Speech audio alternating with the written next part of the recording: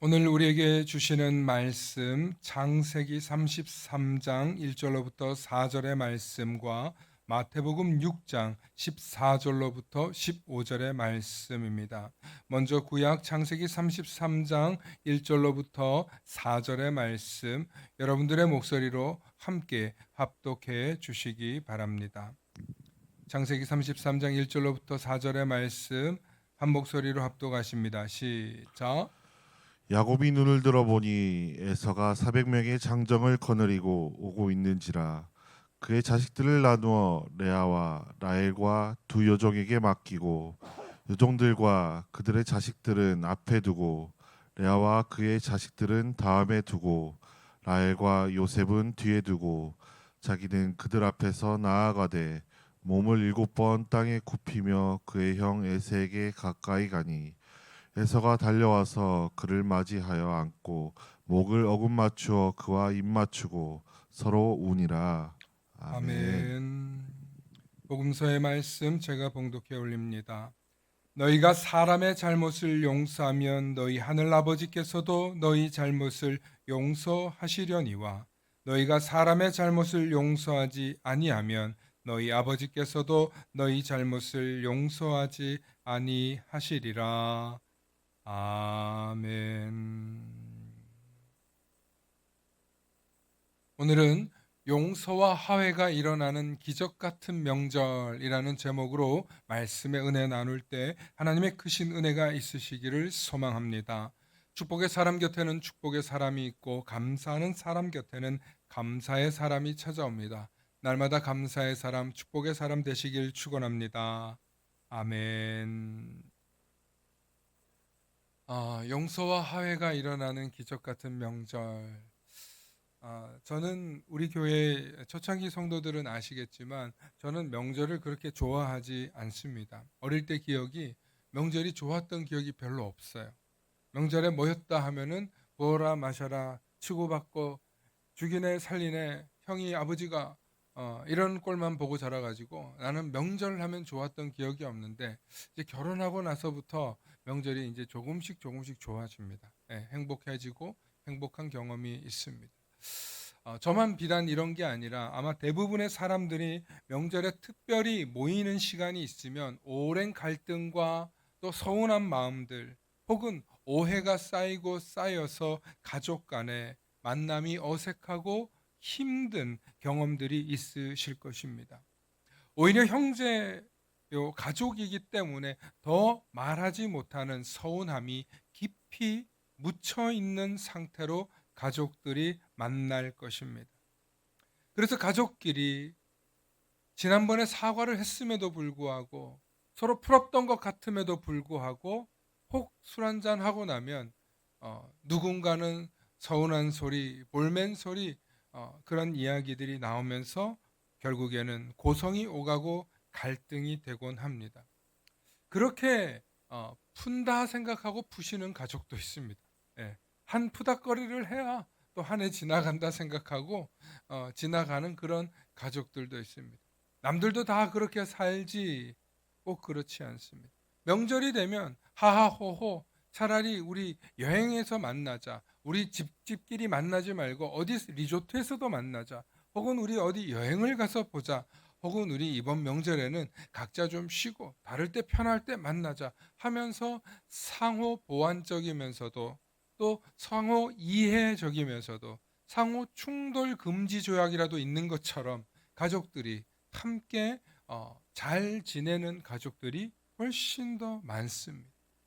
과거에는 그렇게 푸닥거리 나는 소리가 많았지만 요즘은 그런 소리 나오면 일체 안 삽니다. 이럴라고 결혼했나? 이럴라고 내가 장가 갔나? 이럴라고 내가 시집 갔나? 하면서 다시 돌아오는 경우도 있고 이럴 줄 알고 내가 결혼 안 했지롱. 이런 분들도 많이 있습니다. 이게 무엇을 의미합니까? 오늘날 가족 사회가 갈등과 또 화합이 잘 해결되지 않기 때문에 오는 그런 어려움일 것입니다. 성경의 형제 간의 용서와 화해가 가장 극적으로 일어나는 그런 대목이 두 군데 나오는데, 첫 번째가 바로 오늘 우리가 보는 에서와 야곱의 관계. 그 다음에 또 야곱의 자손들 가운데 요셉이 형제들과의 갈등이 풀어지는 장면이 창세기에 두 군데 나옵니다.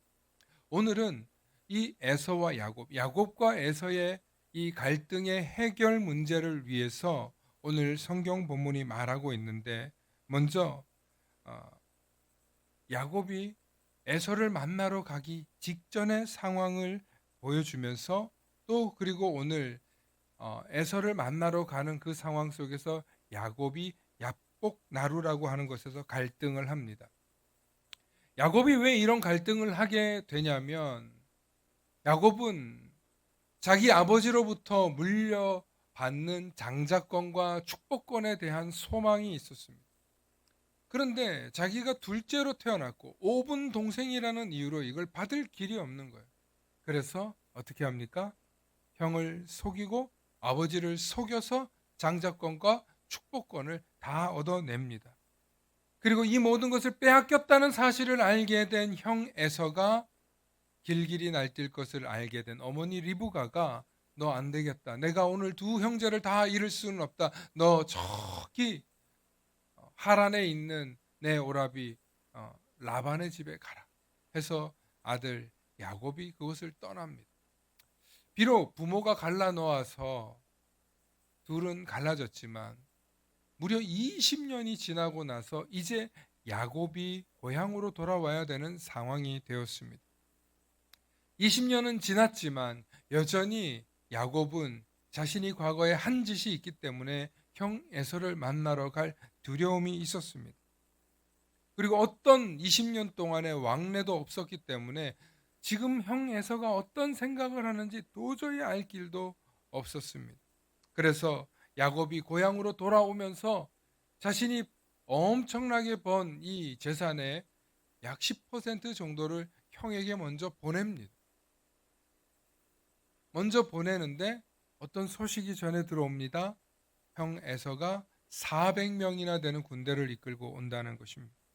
자기는 기껏해야 자식들하고 다 해야 70명인데 5배나 넘는 형의 군대가 온다고 하니 어떻게 했어요? 싸워봤자 질게 뻔한 거예요.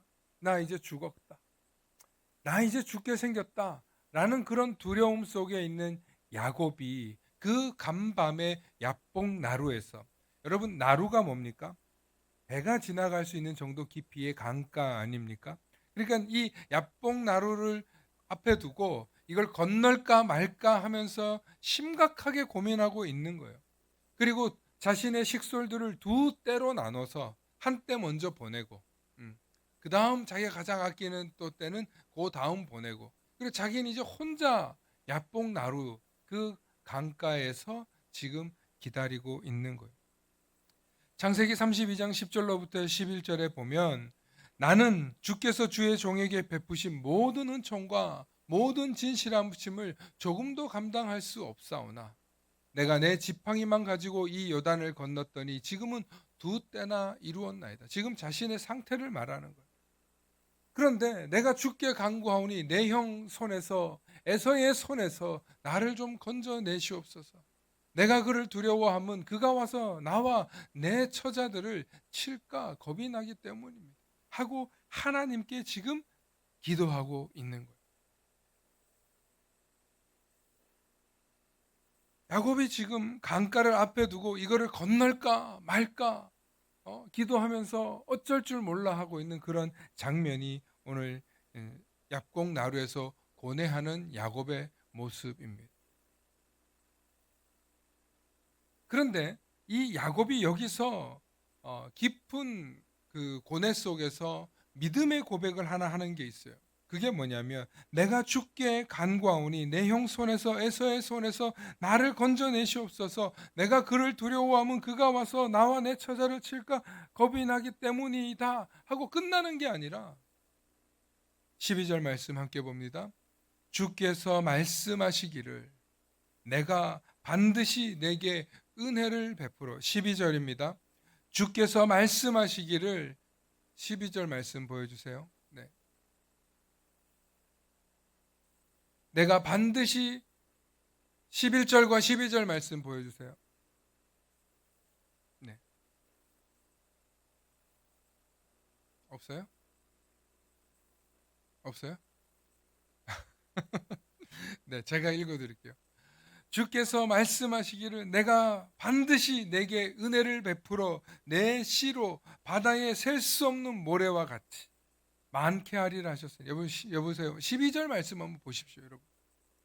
이 12절 말씀에 보면 내가 이렇게 무섭다고 하는 걸로 끝나는 게 아니라 주께서 말씀하시기를 내가 반드시 내게 은혜를 베풀어 내 씨로 바다에 셀 수 없는 모래와 같이 많게 하리라 하셨나이다. 누구 얘기예요? 누구 얘기예요? 누가 한 얘기예요, 이거? 누가 한 얘기예요? 하나님이 아브라함에게 한 약속이에요, 이게. 하나님이 아브라함에게 하셨던 약속, 이삭에게 하셨던 약속, 그 약속을 믿었기 때문에 내가 장자권, 축복권 욕심냈던 거 아닙니까? 지금 그 얘기하는 거예요. 잘 따라오세요. 되게 중요한 장면이에요. 아니, 야곱이 쓸데없이 지금 그 장자권, 축복권 얻겠다고 했겠어요? 아니에요. 하나님께서 아브라함과 이삭을 통해서 내 자식을 하늘의 별과 같이 바다의 모래알과 같이 많게 해주시겠다는 그 축복을 욕심냈던 거예요, 이 야곱은. 그럼 이건 뭐예요? 믿음의 고백이에요. 믿음의 고백이에요. 나 이런 믿음의 고백, 나 이런 믿음, 이런 욕심, 믿음의 욕심이 있어서 그래서 그거 받았지 않냐고. 물론 훔친 거지만, 물론 사기쳐서 얻은 거지만, 정당하게 얻은 것은 아니지만 나 이렇게 사모했던 거 받진 않았냐. 자신의 반쪽짜리지만 정당성을 말하고 있는 거예요. 그러니 하나님 나 지켜주셔라, 그러니 하나님 나 보호해 주셔라 라고 이야기했더니 놀랍게 그 밤에 이 야복 나루에서 어떤 사람이 그에게 나타납니다. 그 사람이 야곱을 붙잡고 야곱과 씨름을 합니다. 씨름을 하면서 야곱이 나를 축복해 주지 않으면 내가 당신을 놓아줄 수 없습니다. 그랬더니 밤이 새도록, 이제 날이 새도록 야곱이 붙잡고 씨름하니까 그 어떤 사람이 도저히 야곱을 이길 수 없겠다 싶어가지고 지금 어떻게 해요? 그의 허벅지 관절을 쳐서, 옛날 성경으로는 환도뼈라 그러는데 도대체 거기가 어딘지 모르겠어요. 아무튼 허벅지 관절을 쳐가지고 절름벌이가 되게 만들었어요. 밤새 씨름을 해가지고 야곱은 어떻게 됐어요? 장애인이 됐어요. 장애인이 됐어요. 그런데 그 정도로 야곱은 지금 살을 걸고 이 어떤 사람을 붙잡고 씨름했더니, 그래서 이제 한도뼈를 축복해 주겠다고 하고 보냈는데 야곱이 또 붙잡고 바짓강이를 붙잡고 또 물어요. 근데 당신 이름이 뭐요? 당신 누구요? 라고 물은 거야. 그러니까 네가 어찌 이름을 알려고 하느냐, 그리고 너를 더 이상 야곱이라 하지 않고 너를 이스라엘이라 하리라. 야곱이 깨어보니 이분이 하나님이시고, 그래서 야곱이 그 야복 나루를 뭐라고 불러요? 브니엘이라고 불러요. 이 브니엘이란 뜻은 하나님의 얼굴. 하나님의 얼굴. 그 야곱이 지금 하나님 얼굴 봤는데 안 죽었다는 소리 하는 거예요. 그렇게 그 밤을 새우고 혼자 야복 나루를 건널까 말까 하다가 씨름하다가 그는 그 밤에 뭐가 돼요? 장애인이 되었더라. 축복을 받았고 장자권을 받았는데 지금 장애인이 된 거예요. 이제는 뭐 강을 건너고 말고 할 게 없어. 도망가도 못 도망가. 철뚝철뚝 걸어서 도망가봤죠. 얼마나 가 있고, 또 지금은 다친 상태니 얼마나 아프겠어요. 얼마나 아프겠어요. 몸이 조금만 아파도 사람의 의지가 팍 꺾입니다. 그렇게 의지가 팍 꺾인 야곱이 형 에서를 만나러 갑니다. 지난 20년 동안 피해 다녔던 그 형 에서를 만나러 간 이 야곱의 상태는 장애인이 되었어요. 그리고 지금까지 풀지 못했던 형제와의 이 재회를 위해서 야곱은 나아가는데 어떻게 했습니까? 모든 재산을 다 앞으로 보내는데 형에게 선물도 특별히 보냈어요. 이제 진짜로 형을 만나러 가는 아침이 밝았습니다. 그리고 형이 저 앞에 있는데 그 앞에 형을 보고 야곱이 어떻게 나아가냐? 어떻게 나아갑니까? 33장 3절에 자기는 그들 앞에서 나아가되 몸을 7번 땅에 굽히며 그의 형 에서에게 가까이 가니. 여러분, 몸을 7번 땅에 굽혔다는 얘기 뭐예요? 거의 기어 갔다는 소리예요. 절하면서 갔다는 소리예요. 그 장면을 이 AI한테 그려달라고 하니까 아주 멋지게 그렸는데 제가 원하는 대로 그리지 않았지만 장면을 좀 보여주시기 바랍니다. 형 앞에 7번을 엎드려서 갔는데 여러분 이게 뭘 의미하냐면 종이 신하가 임금 앞에 엎드리는 자세로 간 거예요. 임금 앞에 엎드리는 자세. 제가 표현을 해달라고 했더니 400명의 군대가 있는 형 앞에 간다고 해놨더니 저렇게 그려줬어요. 너무 멋있게 그리겠는데 제가 바라는 건 둘이 좀 떨어져 있는 거야. 떨어져서 이제 엎드리고 절뚝절뚝거리면서 가는 건데 그렇게는 아무리 요청을 해도 안 그려주더라고요. 중요한 건 7번 엎드리면서 간 이 자세는 모든 사람들이 보는 거예요. 형 에서를 완전히 높이고 형 에서를 지금 뭐처럼 대하는 거예요? 임금님처럼 왕처럼 대하면서 야곱이 가는데 그 모습도 초라하기 그지없어. 어때요? 쫄뚝 쫄뚝 쫄뚝. 이거는 퍼포먼스가 아니야. 이건 진짜 다쳤어. 선물도 받았겠다. 에서가 그 형 앞에 쩔뚝거리면서 7번이나 절을 하며 나아가니 기가 막힌 일이 일어납니다. 창세기 33장 4절에 에서가 달려와서 그를 맞이하여 안고 목을 어긋맞추어. 성경대로 아주 표현을 잘 해놨어. 그림을. 이것도 AI가 도와줬어요. 그와 입맞추고 서로 우니라. 20년 만에 만난 아우가 뭐가 됐어요? 반병신이 돼가지고 지금 형 앞에 나타났는데 그전에는 이걸 죽이려고 마음 먹었는데 사람 마음이 참 형제가 피는 못 속이는 게 이 동생이 이렇게 되니까 마음이 애끓는 마음이 올라왔어. 너 나 피해 다니느라 고생 많았다. 너 참 얼마나 고생했으면 몸이 이렇게 됐겠냐. 여러분 가족은요 용서하고 하야할 게 때로는 없어. 너무 불쌍한 처지가 되면 그냥 눈물만 나. 아휴, 내가 그동안 왜 그렇게 미워했나? 내가 그동안 뭐 하러 그렇게 다시는 안 봐야지 하면서 살았나? 근데 늙어서 시간 지나서 다 보잖아요. 그러면 서로 사느라 바빠서 그랬던 거야. 사느라 바빠서. 형제간에 밉네 곱네 했지만 사실 사는 게 얼마나 힘들어. 아버지 재산이 어떻고 어머니 재산이 어떻고 했던 거 다 부질없어. 다 늙어서 병들어서 쩔뚝거리는 아픈 모습 보고 혹은 사람도 못 알아보는 그런 상황 되면 형제 간에 가족 간에 어떤 마음이 되냐면 그래 잘 됐다. 꽃이다. 이렇게 생각하는 사람 생각보다 안 많아요. 그렇게 못된 마음 먹기가 쉽지 않습니다. 그런데 그렇게 몸도 성취하는 야곱이 형 에서 앞에 7번이나 절을 하며 나오니 에서의 마음이 요동친. 그리고 가서 일으켜 안으면서 서로 눈물의 재회를 하더라는. 그리고 뭐 했어요? 뭐 했어요? 꼭 안았죠. 허그 했잖아요. 허그. 포옹을 했잖아요. 이게 되게 중요한 장면이에요. 그렇게 하고 나니까 야곱이 자기 형제들에게 자기 자식들에게 이제 자기 형 에서를 소개합니다.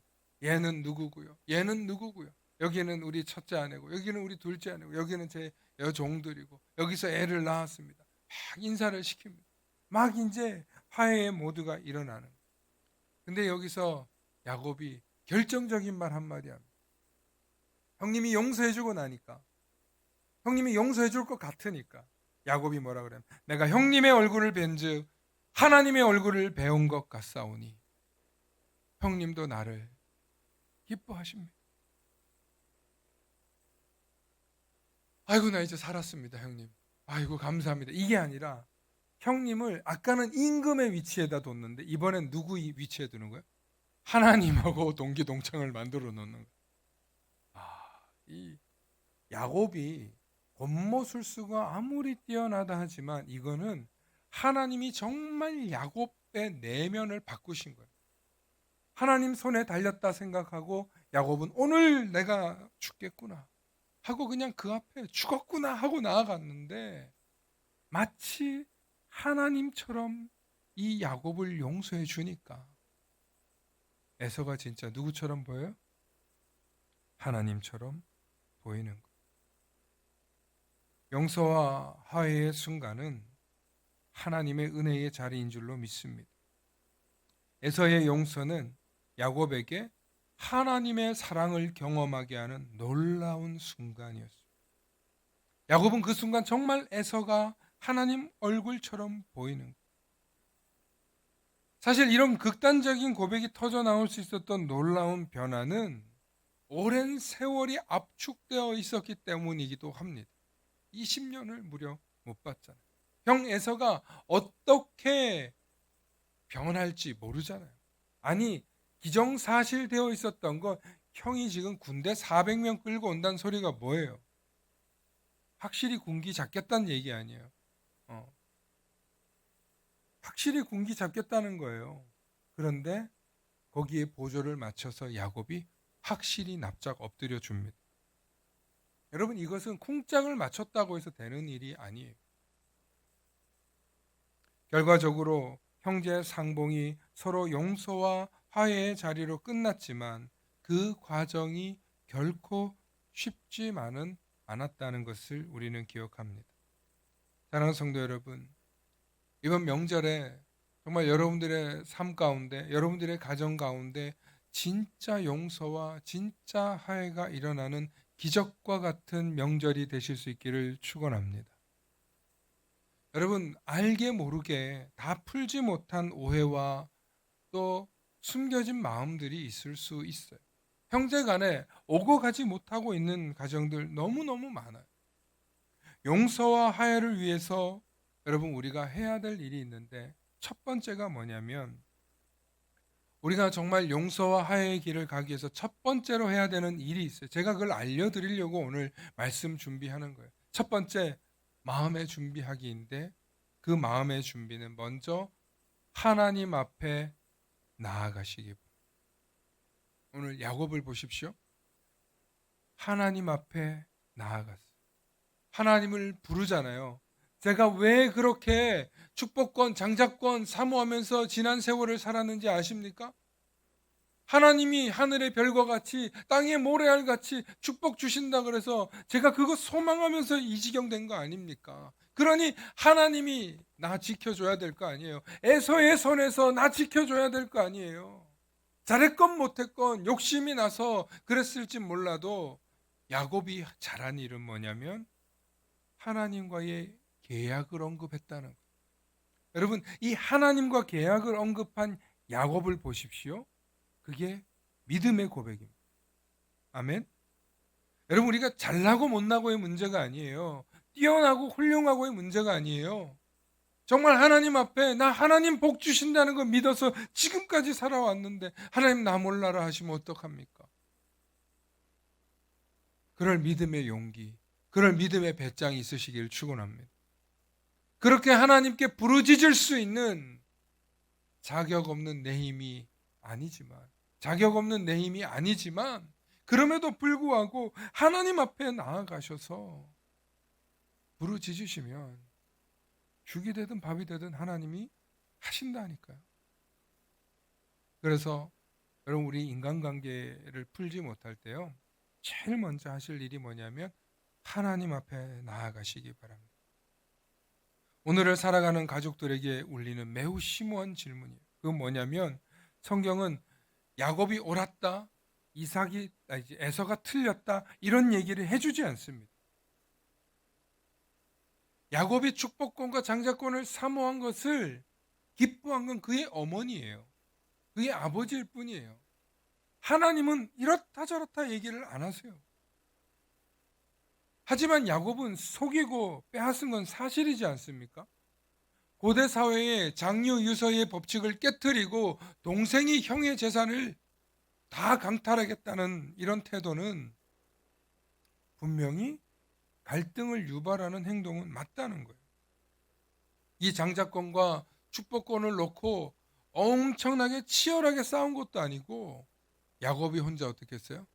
사기쳤잖아요. 속였잖아요. 자기 형 에서만 속인 게 아니라 자기 아버지 이삭까지 속였잖아요. 앞 못 본다고. 대단한 사기꾼이에요. 심하게 말하면 도둑놈이죠. 그런데 하나님이 그런 도둑과 같은 야곱을 죽이지 않으시고 치지 않으시고 20년을 빙빙 돌아와서 오늘 이 자리에 세우는 거예요. 얍곡강 나루아르. 그리고 거기서 지금까지 내가 욕심냈던 거, 지금까지 내가 부르짖었던 거, 지금까지 내 힘으로 최선을 다했던 거 다 소용없고 다 하나님 손에 달렸구나. 하나님 손에 달렸구나. 야곱이 인정할 수밖에 없는 극한의 상황까지 지금 갔던 거예요. 그게 얍곡강 나루 아래에 있어요. 그러나 하나님께서 그를 성찰하게 하십니다. 그리고 그때 야곱은 자신이 지금까지 번 재산의 10%에서 20% 정도 되는 재산을 형 에서에게 갖다 바칩니다. 여러분, 우리가 진짜 진실한 사과를 하려면 여러분 사과의 신용은 분명해야 돼요. 그냥 말로만 아유 죄송합니다, 말로만 형님 얼굴 보니 하나님 뵌 것 같습니다, 입만 동동 떠서 떠들면 어떻게 돼요? 받는 사람이 못 받아요. 못 받아. 아무리 불쌍하더라도 요 말로만 떠들면 안 돼. 반드시 뭐가 있어야 돼요? 내가 사과를 인정하는 진실성이 있어야 돼. 그래서 자기가 가지고 있는 재물의 10%에서 20% 정도 되더라고요. 여러분, 암염소 200마리, 순염소 20마리, 암양 200마리, 순양 20마리, 젖나는 낙타와 새끼 30마리, 암소 40마리, 황소 10마리, 총 합치니까 550마리. 엄청난, 지금도 대단한 재산 아닙니까? 엄청난 걸 지금 에서에게 예물을 보내는 거예요. 여러분, 진정성 있는 사과를 하려면 내가 사기친 것에 대해서 최소한의 10%는 여러분 갚아야 되는 거예요. 세 번째는 이런 진심 어린 사과를 누군가 했을 때 진짜 중요해요. 용서를 선택할 수 있어야 돼요. 진심 어린 사과를 받았을 때 진심으로 용서할 수 있는 거예요. 그런데 진심으로 용서해 주는 게 여러분 쉽지 않아요. 진심으로 용서해 주는 게 쉽지 않아요. 우리가 누군가에게 완전히 칼자루를 던져주고 나를 죽이든지 살리든지 하라고 했을 때 진짜 내가 용서할 수 있을까? 여러분 한번 생각해 보세요. 내가 정말 누군가 나에게 정말 잘못한 게 있는데 내가 정말 저 사람이 진실되게 사과하면 난 용서할 수 있는가? 여러분 묵상하셔야 돼요. 용서도 준비되어야 할 수 있어요. 용서 준비되지 않으면 할 수 없습니다. 단순한 감정의 문제가 아니에요. 하나님 앞에서 결단하는 행위여야 돼요. 그래서 우리가 용서를 결단할 때 하나님께서 진짜 관계 회복을 이루어 주시는, 진정성 있는 사과 앞에는 반드시 진실한 용서도 뒤따라야 하는, 억지 용서가 아니에요. 남들이 등 떠밀어서 하는 용서가 아니에요. 정말 내가 진지하게 용서할 수 있는가? 한번 우리 스스로에게도 물어보셔야 돼요. 우리가 용서받을 짓이 있으면 용서를 구해야 되기도 하지만 용서해야 될 일이 있을 때는 진실로 내가 용서할 마음이 있는가? 마음의 준비를 하고 살아야 되는 거예요. 그렇게 할 때 우리에게 용서할 상황이 되면 어떻게 되냐면 우리 네 번째, 화해의 포옹도 일어나는 거예요. 여러분 진짜 화해할 수 있으려면 여러분 스킨십이 일어납니다. 여러분 진짜 용서했을 때 여러분 손도 내밀어지더라고. 예. 여러분 정말 아직도 용서할 수 없는 사람한테 손 안 나갑니다. 내가 아직도 용서할 수 없는 사람에게 허그하라고요? 아유, 안 돼요. 마치 양극과 양극이 만나서 서로 밀리는 것처럼 안 돼요. 억지로 사과를 시켜보면 보여요, 그게. 진짜 진실된 용서를 할 때 진짜 진실된 포옹도 혹은 악수도 가능하더라는 것입니다. 용서와 화해로 사는 삶을 사는 게 얼마나 여러분 축복인 줄 아십니까? 용서와 화해는 단순히 인간적인 감정이 일어나는 게 아니라 우리가 살아가는데 삶의 평안과 삶의 기쁨과 연관됩니다. 옛말에 이런 말이 있어요. 맞은 놈은 두 발 뻗고 자도 때린 놈은 두 발 뻗고 못 잔다. 예.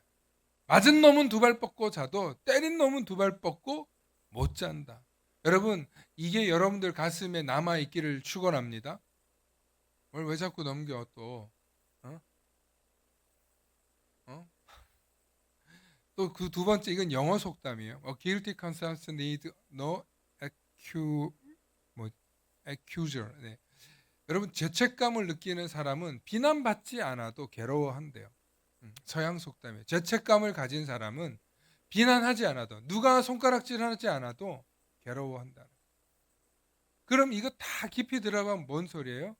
우리 인생은 뿌린 대로 거둔다. 여러분 이거 아셔야 돼요. 정말 인생은 뿌린 대로 거두는 거예요. 콩 심은 데 콩 나고 팥 심은 데 팥 나는 거예요. 뿌린 대로 거두는 게요. 감정도 마찬가지고요. 미움도 마찬가지고요. 원망도 마찬가지예요. 화해하지 못하고 용서받지 못하고 용서하지 못한 것도 마찬가지예요. 많은 사람들이 내가 그때는 어쩔 수 없어. 계속 변명만 하는 거예요. 여러분 변명이 계속된다고 해서 용서를 얻는 게 아니에요. 또 이러다가 또 제가 여러분들 혼내는 것 같은 분위기가 되는데 그게 아니라 우리의 삶을 돌아보자는 거예요. 용서화해가 그만큼 가치 있는데 우리 속담에 원수는 외나무 다리에서 만난다는 말이 있어요. 진짜 내가 어떻게 할 수 없는 상황에서 원수를 만나보십시오. 다급해지는 거예요. 내게 원수진 사람은 반드시 내가 불리한 상황에서도 만날 수 있다는 뜻이에요. 원수는 외나무 다리에서 만난다는 말이 그냥 외나무 다리에서 만나서 아웅다웅 한다는 게 아니라 내가 불리한 상황에서 만난다는 거예요. 그럴 때 원수진 놈이 어떻게 하겠어요? 나를 외나무 다리에서 어떻게 하긴 어떻게 밀겠지. 같이 죽든지. 원수인데 내 아버지를 죽인 원수 어떻게 하겠어요? 사랑하는 성도 여러분, 그러나 우리 예수님께서는 용서와 화해의 삶을 살기 위해서 최고의 방법을 가르쳐 주셨다는 거예요. 누군가에게 미움받지 않고 사는 것도 참 행복한 거예요. 누군가를 미워하지 않고 사는 것도 참 행복한 거예요. 그런데 우리가 사는 세상에서 미워하지 않고 또 미움받지 않고 원망하지 않고 원망 듣지 않고 살아가기가 어디 쉽습니까?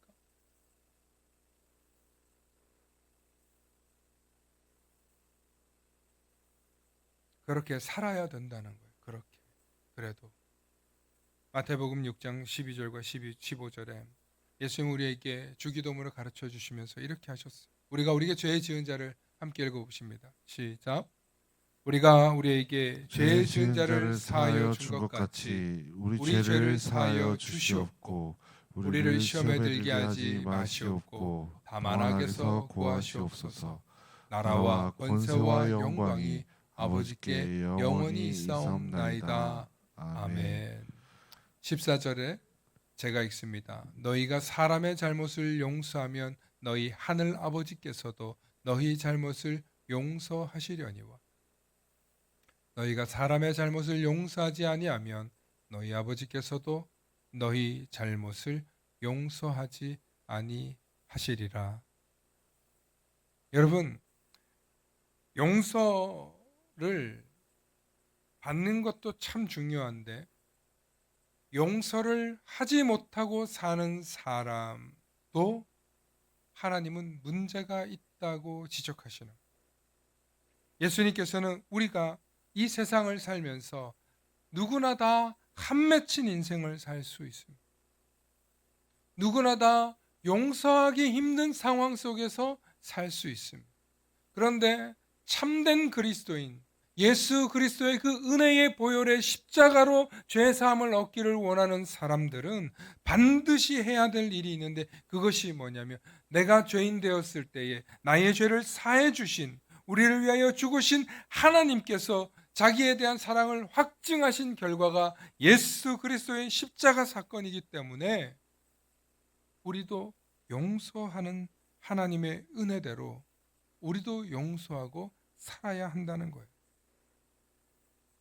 놀라운 건 용서하기로 마음 먹은 사람이 두 발 뻗고 잔다는 거예요. 용서하면서 사는 사람이 세상에서 병도 덜 얻고 사는 거예요. 인생의 깨달음도 깊어질 뿐만 아니라 어떻게 그렇게 험한 일을 당하고도 당신은 미워하지 않고 사느냐? 당신은 어떻게 그 사람들을 용서할 수 있느냐? 라고 말할 때 우린 이렇게 말할 수 있어요. 따릅시다. 내가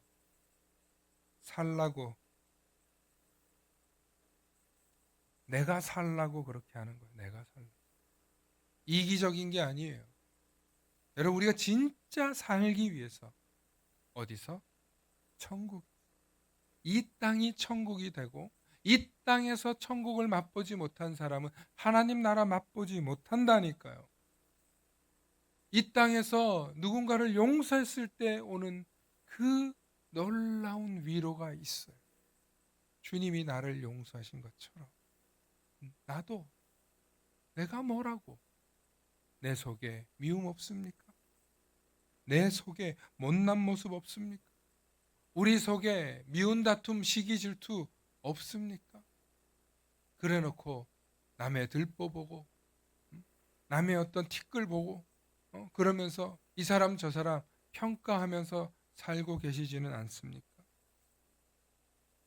사랑하는 성도 여러분, 야곱과 에서의 이야기는 용서와 화해가 얼마나 놀라운 기적을 만들어 주는지 우리에게 보여주는 하나님의 말씀입니다. 이 말씀을 통하여서 먼 나라 이웃 나라 이야기가 아니라 정말 우리들의 여러분들의 가정의 이야기가 되셔서 진짜 용서와 화해의 삶을 살아내시는 저와 여러분 되실 수 있기를 축원합니다. 기도하시겠습니다. 사랑의 아버지 하나님, 참으로 감사합니다. 하나님, 우리를 사랑하셔서 이 땅에 자신의 사랑을 확증하신 예수 그리스도를 보내어 주시고 그 보혈의 피로 우리를 정결케 하시고 깨끗게 하시는 그 놀라운 주의 피, 그 능력의 피를 우리가 믿기에 오늘도 이 자리에 나왔습니다.